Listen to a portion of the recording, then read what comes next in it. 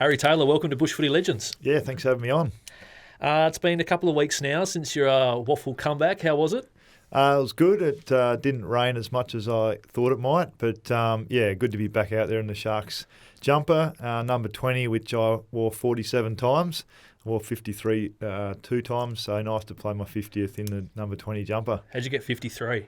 I think it was just one of those situations when you're new, young and inexperienced, and they just give you the highest number possible. Whatever, you'll take whatever. It's a blue and white jumper, you put it on and you go from there. Exactly. So you're back now, I suppose, where it all began. Can I just touch on something I found a bit fascinating? Obviously the way you went out in your AFL career was low key, which is what you wanted. But in your letter to the members, you said you grew up on a farm near a pinhead-sized country town. Can you tell me where that is? Well, that would be reference to Northampton. It's not a great, not a sort of very, very big place. I think it might be current population around about 500 with all the local communities and farmers around there. But yeah, not a very, very big place compared to some of the other places I've been around Australia. It wasn't referencing any of the size of the residents' heads or anything like that? No, it wasn't. No, they're a unique bunch up that way, and no, I love them dearly. How's that been? Obviously back, which started as, supposed to start as just a few games playing country footy. Now you're back playing waffle. Are you still going to be playing country footy? I am, yeah. Yep. So, yeah, still playing for the Rams and really enjoying it.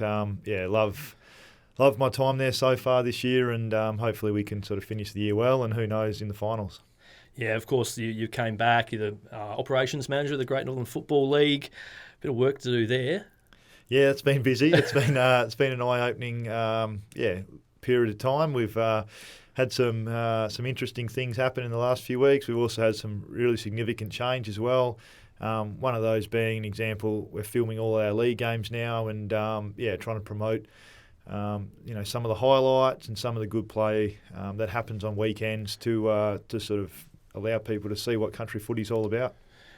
Has it changed much when you started? Probably the numbers have dropped off a little bit, to be fair. Certainly still there's a passion and the connectedness that local footy brings to these communities. I think that is as important as ever, particularly in a place like Northampton where I'm playing. The community spirit, everyone's sort of in some way attached to the footy club, and that's really significant. So that part hasn't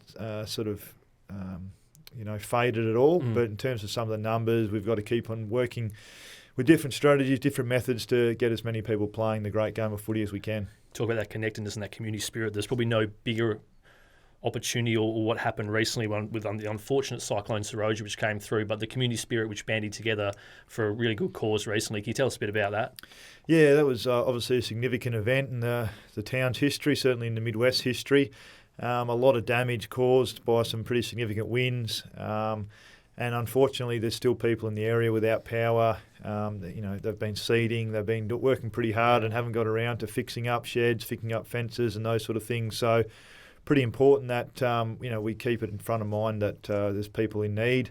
Accommodation's another example. There's people that unfortunately aren't able to go back to the homes which they've lived in for many, many years. But one thing that I just loved out of the experience was how people came together. They're a no-fuss bunch up in that sort of neck of the woods, and everyone just got on with life, didn't complain too much, and just banded together to help each other out. 50,000? Was it more than 50,000 raised? I think it's sort of going to be close to 60,000 in the end from the AFL Rams, which is pretty exciting. Yep. All the current and ex-AFL players that come from that region got together with Andrew Lockyer to sort of see what we could do, and it's been a really good experience. Now, what was your contribution on the field? I heard you got there was a bit of money for every goal you kicked. Yeah, there was. How many points did you kick? I kicked a few. I've kicked a few points. It started at about $300 for every goal I kicked, and then we had some other sponsors, and East Fremantle kindly come to the party as well. So ended up being $1,000 for every goal that I kicked. Unfortunate part was 20 minutes before the game, I was just thinking, probably time to get ready, put the boots on. Oh, no, I don't have any boots.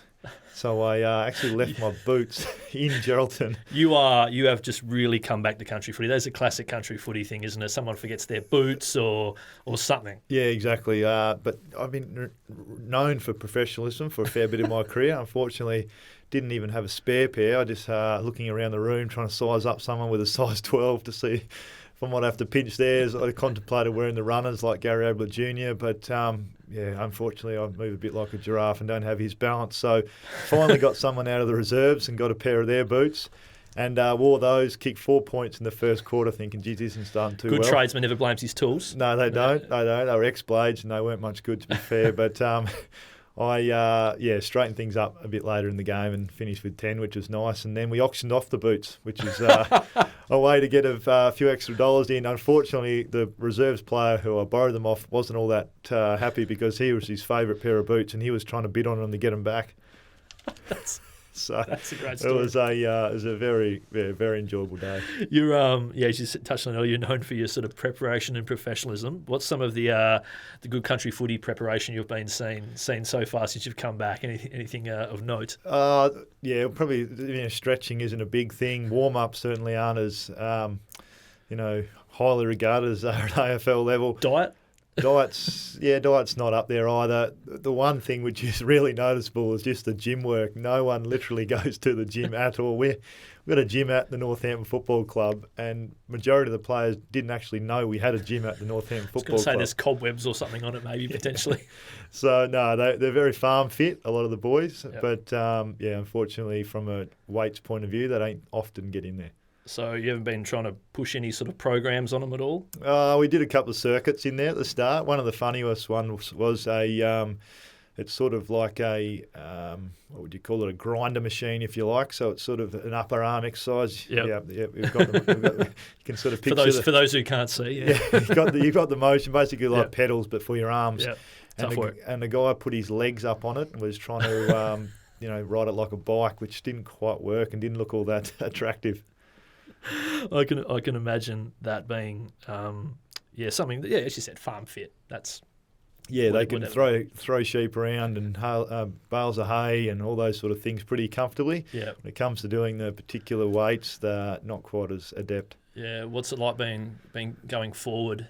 Any tales? You're known what it was like for a forward to come down and play on you. What's it like being the other? Well, you had stints up forward in AFL, obviously, but what's it been like going the other way around? Yeah, it was, initially I was trying to sort of play a bit like an AFL forward, so I was transitioning, getting up the ground. Oh, mate, the fullback in country footy sits in the square. Exactly, and I was finding I wasn't actually getting much of a kick doing this, so I thought, well, I'm going to have to adopt the country league style and stay a bit closer to home. So I generally have a can of Coke behind the goals. You're kidding me.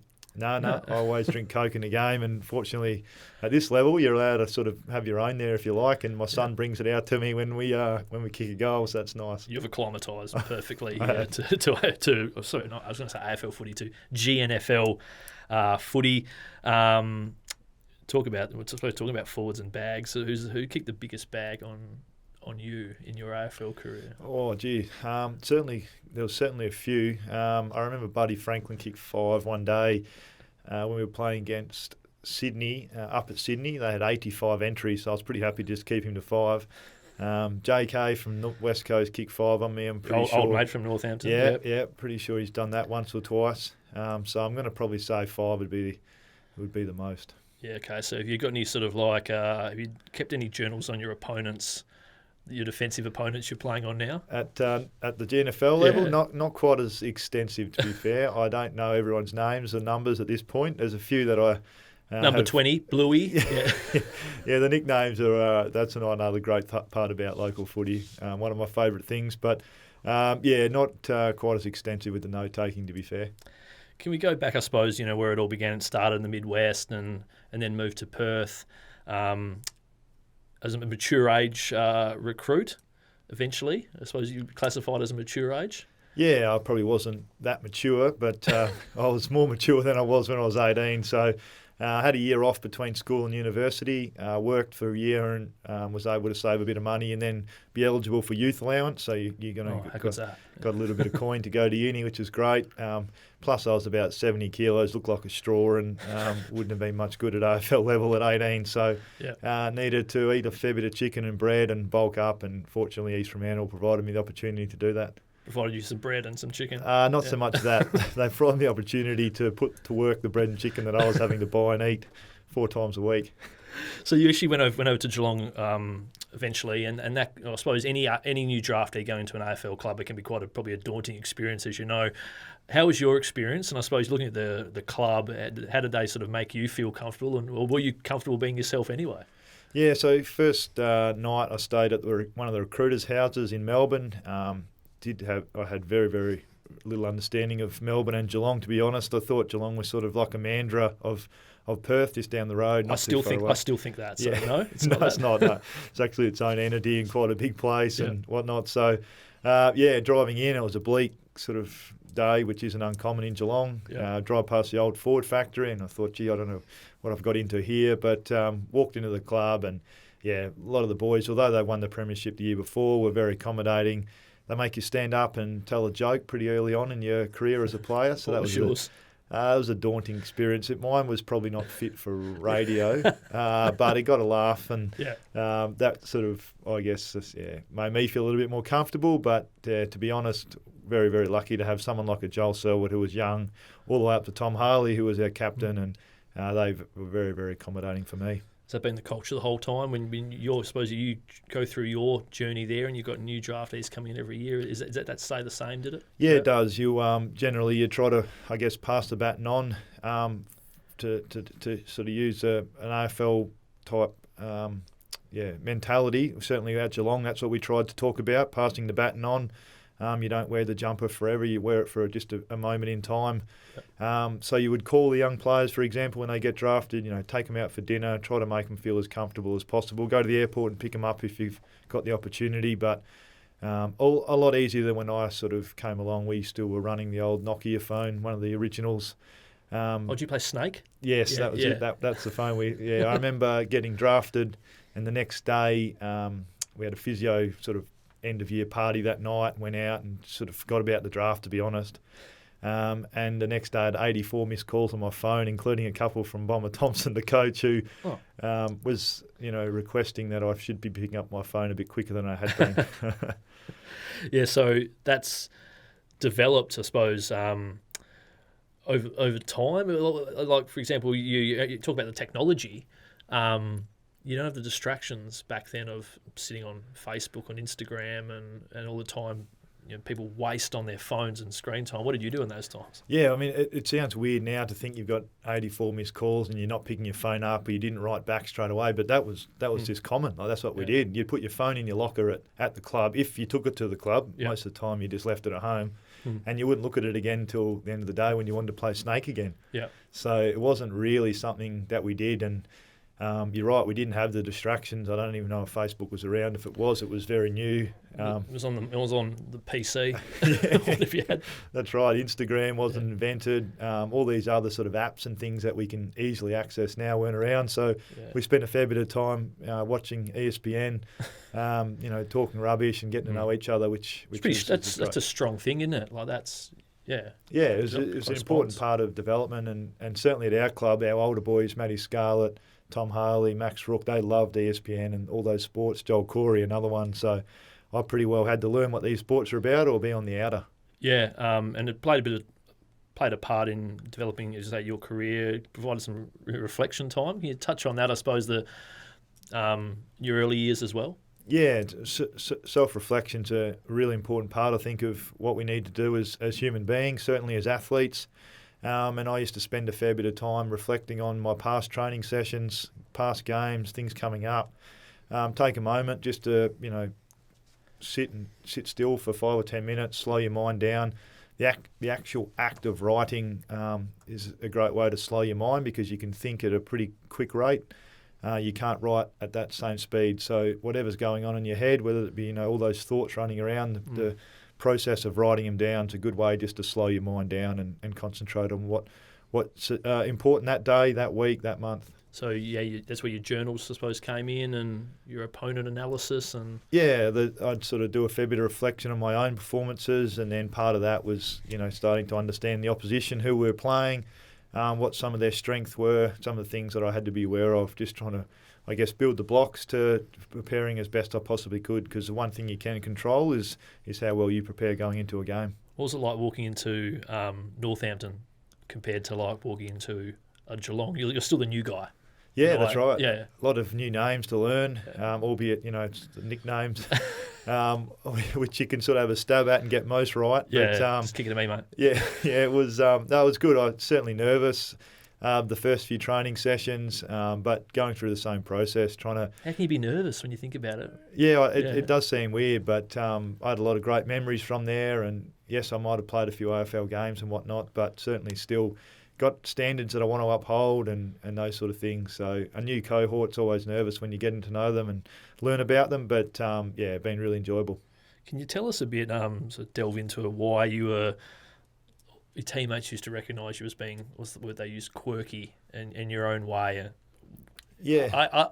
Maybe they're different. Is that what you're probably thinking? That you're actually normal? Yeah, the stuff that you do is quite normal? Yeah, not so much they're different. I just see what I do as being pretty normal for me. Growing up on a farm in what you mentioned earlier, the pinhead-sized town, you learn to do a fair bit of walking and whatnot by yourself. I had a sister who wasn't all that fond of playing footy, so it was either come and have a kick for half an hour and I'd have to go and play Barbies for half an hour. Otherwise, it was a fair bit of alone time. Mum and Dad were always working, and you get pretty comfortable in your own skin, and that's certainly something that I've always done. So quirky, unique, gets used a little bit. For me, it's most things I do, I always am able to justify it in some way. And you're comfortable being you? Yeah. I don't,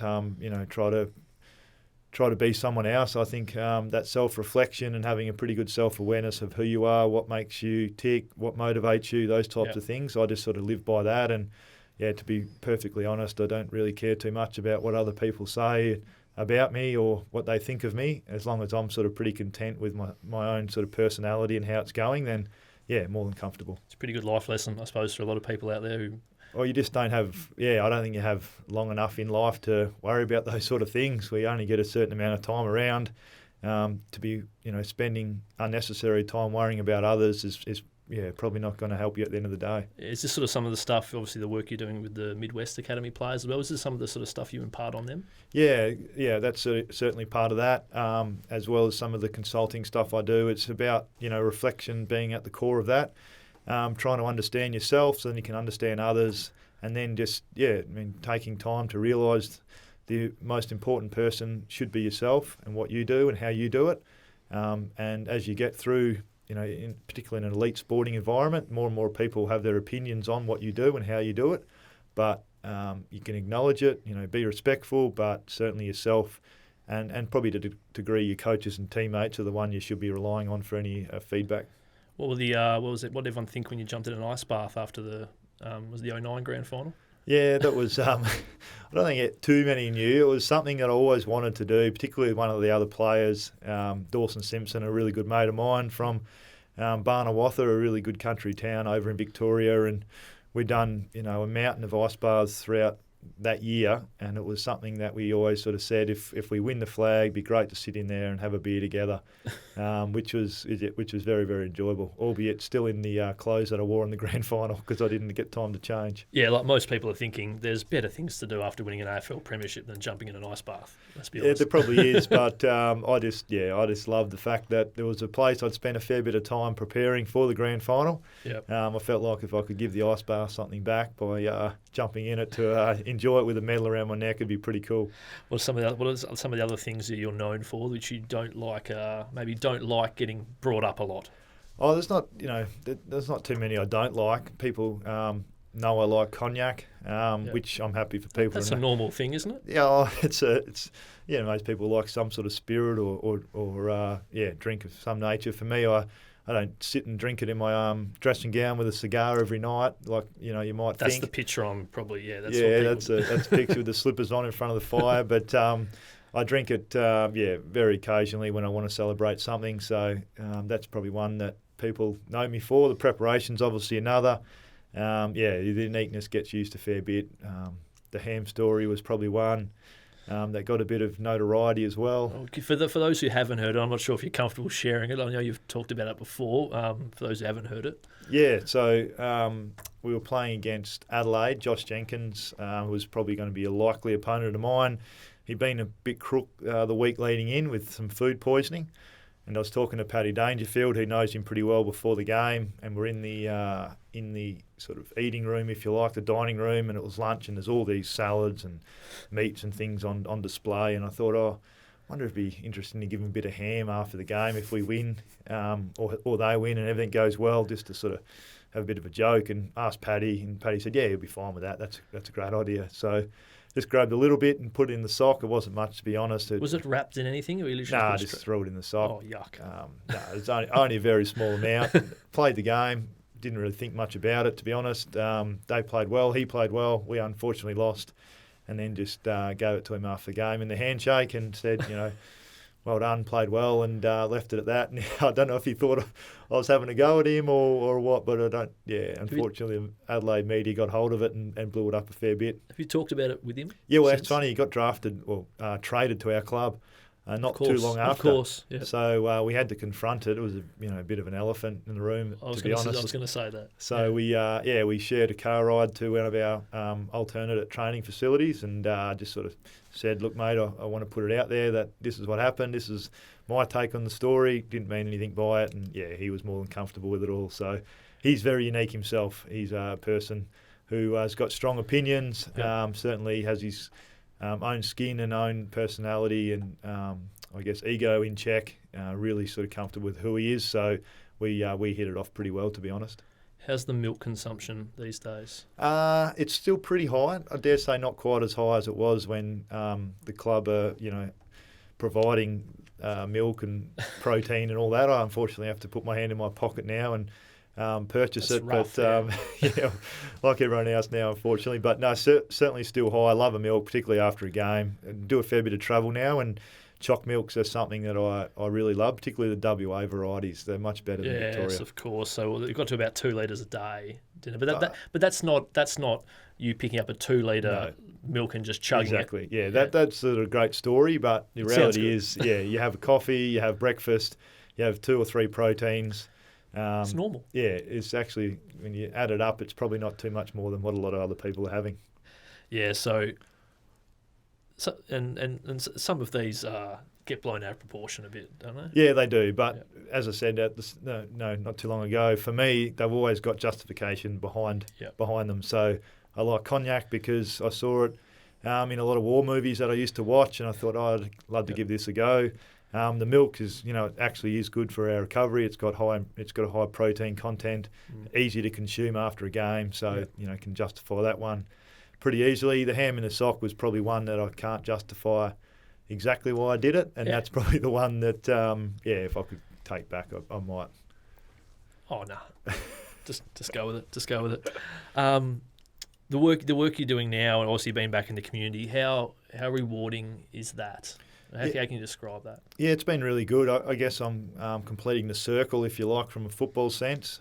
Started at Northampton when I was young, went and played at Rover Football Club in the GNFL, and then down to East Fremantle, and then off to Geelong, and now sort of going back over that circle again, albeit sort of the other way or anti-clockwise, if you like. And great to see now my young fella, he's under 12s, running around the Northampton jumper like I did quite a few years ago. So that must be the most rewarding. Is that the word? Yeah, rewarding. It is. It is a great feeling. I get a fair bit of joy out of watching my kids play sport now.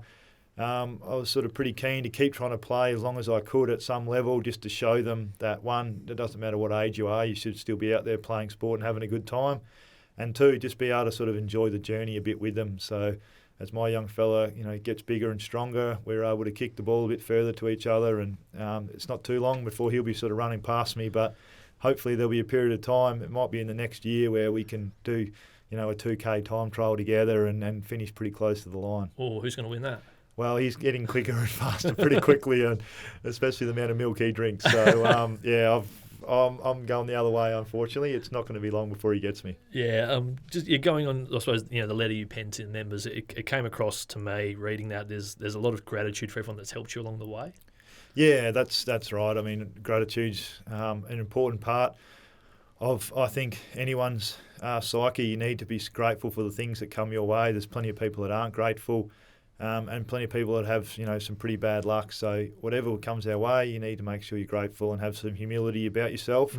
I had a lot of great people help me through my journey. Some luck as well, which definitely helps. But a lot of great people that have helped me and made me the person I am, but also made the journey that I went on a hell of a lot more fun and enjoyable. Yeah, and there's the people we don't see. The media don't portray. There's all those people behind the scenes at the footy club, and there's the talk now about the soft cap impacting a lot of employment. There, no doubt there's a whole heap of people behind the scenes who have helped you as well. Yeah, probably no one's ever heard of. No, that's right. And the football property stewards are a great example, particularly at the AFL at the moment. We've got a young fella at the moment. Oh, that's why you left the boots behind, because you didn't have a property steward? Yeah, yes. He used to do everything for me.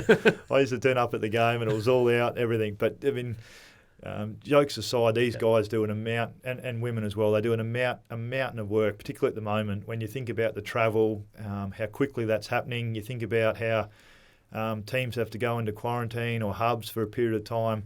There's some poor, young and old, people behind the scenes having to lift all that gear onto the plane, onto the bus, off the plane, put Thankless. it in the hotel. So, and not getting paid a great deal for it. But those are the people when you talk about, gratitude, those are the people that don't get the plaudits, I guess, that they deserve from an assistant's point of view, particularly for someone like me. And you're probably coming across those people now back in the GNFL at every club, probably who work alongside you running the league. They just do it because they love it. They do, all voluntary, which is amazing. They got every weekend to get sorted for 20 to 25 weeks of the year, training sessions. You've got to cook barbecues. You've got to turn the lights on. Things like that you just don't appreciate when you're playing AFL level. You flick a switch and it just things happen. But at this level, at GNFL level and other country leagues, everything needs to be done by a volunteer, which is extraordinary. Yeah, how important are those communities, do you think, like right now, for, obviously people are going through some hard times up your way at the moment? Yeah. Communities, football clubs. The footy clubs are just vital. And, other organisations, other people within these towns really benefit from the footy club going well and having a great sort of sense of connection. I know certainly in Northampton, a Friday night when the juniors train, everyone from the town basically goes there for a meal. That's their weekly catch-up because you've got to think a lot of people are on farms 50, 80 k's from town. Some of their farms are, 15, 20 kilometres before you even get to their house. So very, very big properties, and they don't see anyone for long periods of time. So Friday might be the day where you go and do your banking, go and get your mail, and then you go and have a meal at the footy club. Yeah, that social connection is really important. It is. It is, and it's easier today with phones and other things like that. But still nice to be able to, look someone in the eye and have a decent conversation. Talk about the weather. Talk about the footy. Talk about what else is happening in the world. It's been great, mate. No doubt you've got plenty of football left in you. Is that I'm not sure I have too many games left in me. I'd love to play a game with JK. We've talked about that quite publicly. Whether that's in the near future or distant, I'm not too sure. How many years has he got left? It's a good question. That's a good question. He's been playing pretty well at the moment, and he'll make up his mind at some point. But it'd be great to play a game with him. I dare say we probably won't get a game with Paddy Cripps. He's just signed about a 24-year deal with Carlton, and you'll be playing with your son by the time he comes back to Northampton. He's a chance to play with him, and Jamie unfortunately is probably still a bit young and going really well as well. So. I'm sure there'll be a few other young players come from that region who'll go on to have some great careers because it is a really sort of strong football area, and people love the game up there. So what's next for you?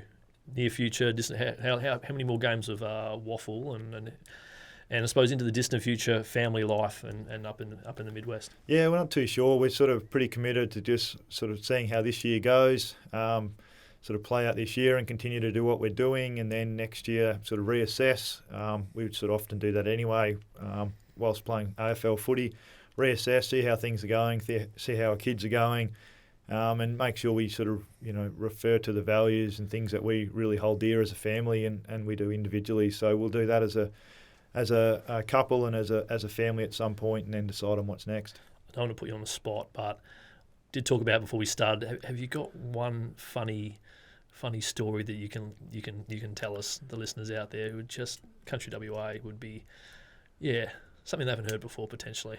If you say no, we're going to have to end it.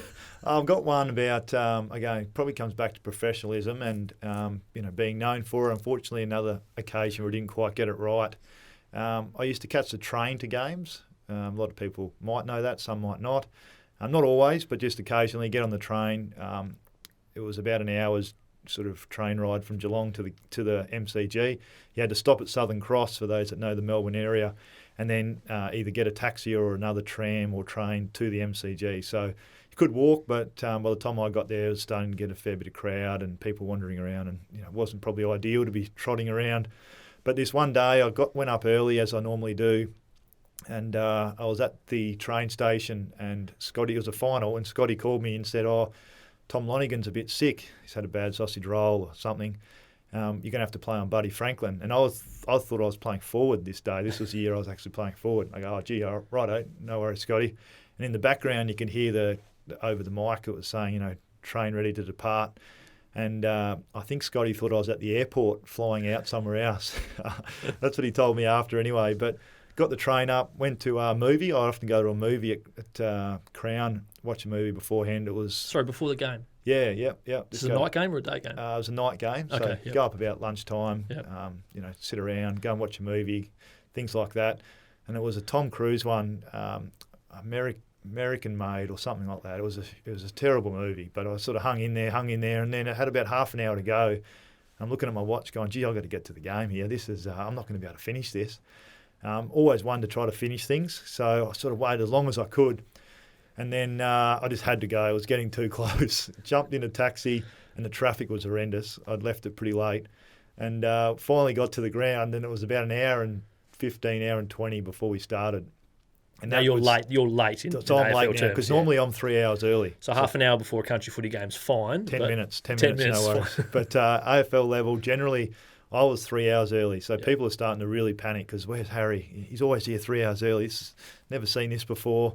And Scotty, thought what he heard that I was at the airport. He's like, I think he's at the airport. I think he's gone. I think he's leaving.